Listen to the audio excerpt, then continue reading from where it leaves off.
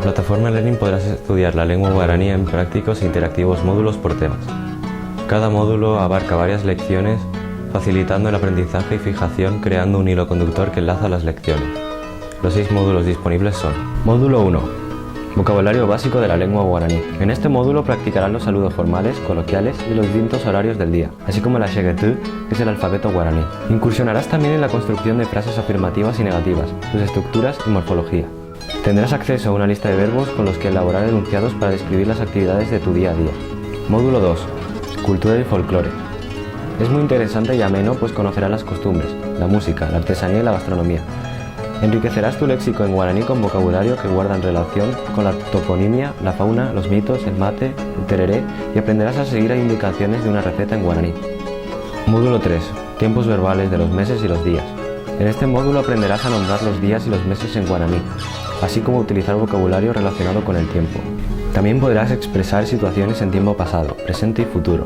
Además, te familiarizarás con partículas de número y persona a través de conjugaciones y del aprendizaje de los 6 verbos irregulares que contiene la lengua guaraní.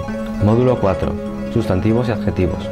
Aprenderás cómo se construye el plural, cómo y cuándo se utilizan los adjetivos, la utilización de los números, y adquirirás una variedad de nuevo vocabulario para utilizarlos en una comunicación diaria.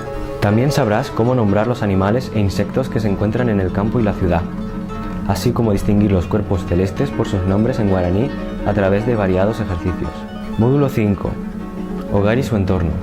Los miembros de la familia se designan unos a otros con vocabulario genérico y específico, según el emisor, sea hombre o mujer. Dentro de este módulo aprenderás a diferenciarlos.